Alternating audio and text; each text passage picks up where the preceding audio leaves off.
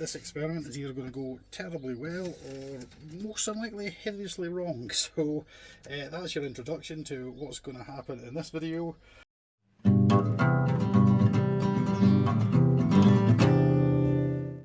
Here we are out in the shed, lovely lighting, love the shed, full of crap.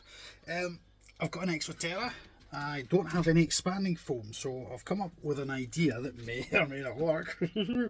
I'm basically just going to put the sealant straight onto the back of the tank, maybe stick a few bits and bobs to it, and cover it in cocoa and hope for the best. So, and yeah, you'll either see it or you won't. So it's just absolutely started hammering down. Lovely Scottish weather as always.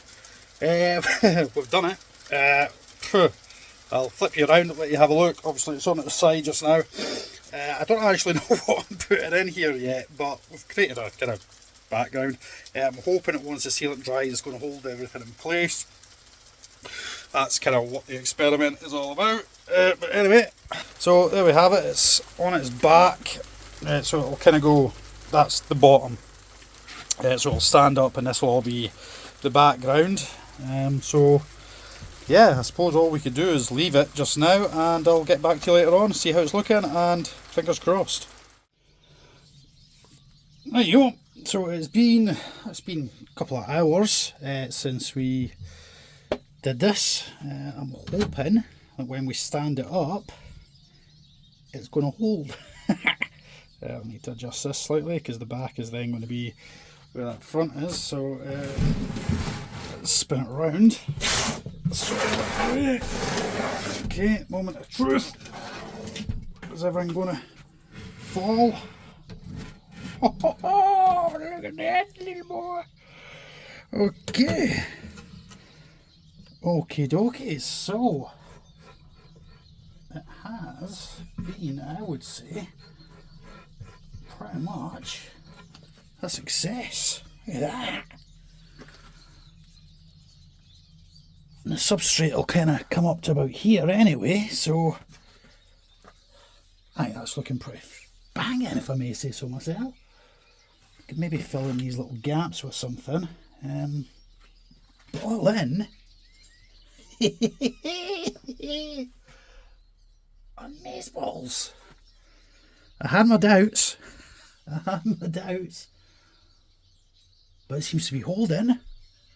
Oh, amazing.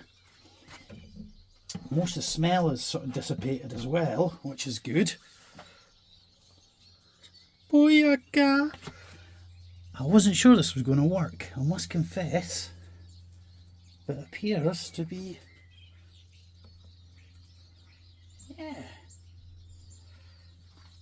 amazing. So we're back in the house. It's back on its stack. I'm going to be putting my scorpion commune into here. It could pretty much be used for almost anything, but where they're sitting I don't really like, and I want to get them off. Basically they're sat on the top of there and I can't really see them properly. Like my eye level is here. You're about my eye level. So yeah, I can't really appreciate them as much as I would like to, so what I'm going to do is empty them off out here, put them into here with this nice kind of forestry background thing going on, and then I'll probably just sell that tank because I don't really need it. So yeah, that's the plan for this. Let's get it decorated.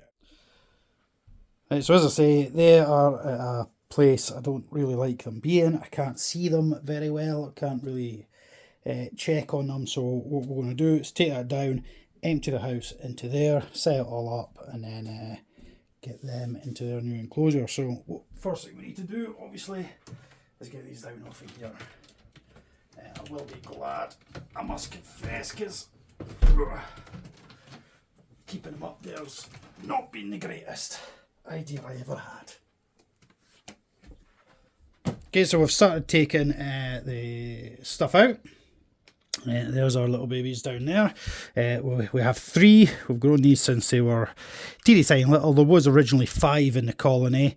2 have passed on. I can't say if it's been through old age or aggression or whatever, but they're always together, so I'm going to guess it's external factors as opposed to cannibalism, because as I say, they're always, despite having many hides, they always tend to seem to focus in the group in the one area. But again, what we'll do is we'll put them into their new enclosure, make sure there's lots of hidey space for them should they want their own space, but usually they tend to settle in the same area.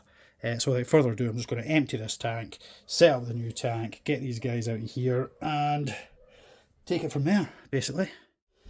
So that's them out, and we're starting to transfer the old soil into the new enclosure now. The reason I want to recycle their old substrate is because it is packed full of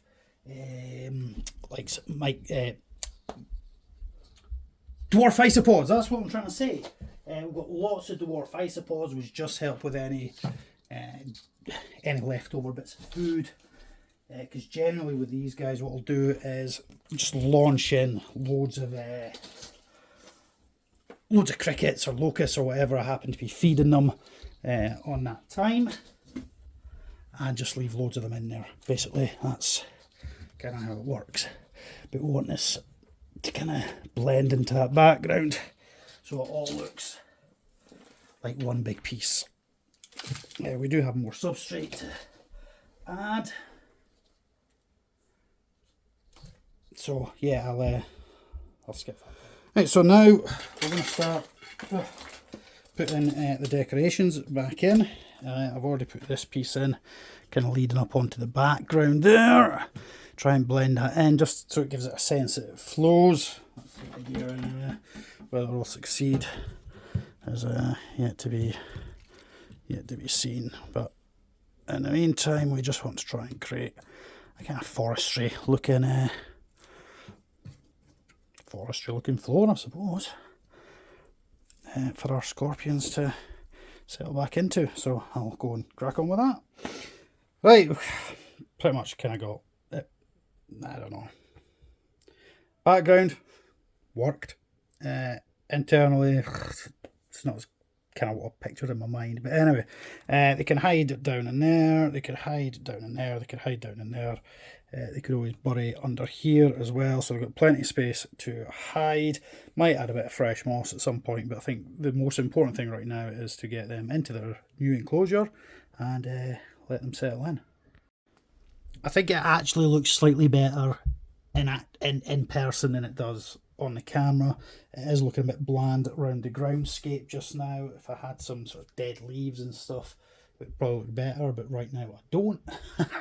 And as I say, what I want to do is add some moss into there, but for the meantime, as I say, more importantly, it's getting these guys back. So here's number one.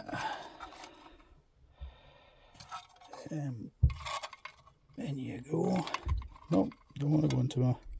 There we go, it's probably going to head straight under there. Yeah, perfect. Number two. You can go and join up. There you go, you can go and join down in there. I'm sure you'll have that tunnelled in no time whatsoever. And number three. Here we go. In you go. Now, it's a shame we don't still have the full numbers, but I suppose, you know, there is going to be unfortunate things happen. You've got poop on your leg. So yeah, they should hopefully get themselves nice and comfortable into this new enclosure. But yeah, that's that, I suppose. There's not really much more I can say. That is, at least I can see them now. That's the most important thing. I can appreciate them a little bit more than I could previously because they were outside of my eye line, but now I can keep an eye on them and appreciate them that bit more. It's nearly complete, but we need a few bits and bobs, so we are down at the forest to get some moss and stuff. Moss. Moss. Moss. There we go, lots of lovely jubbly moss.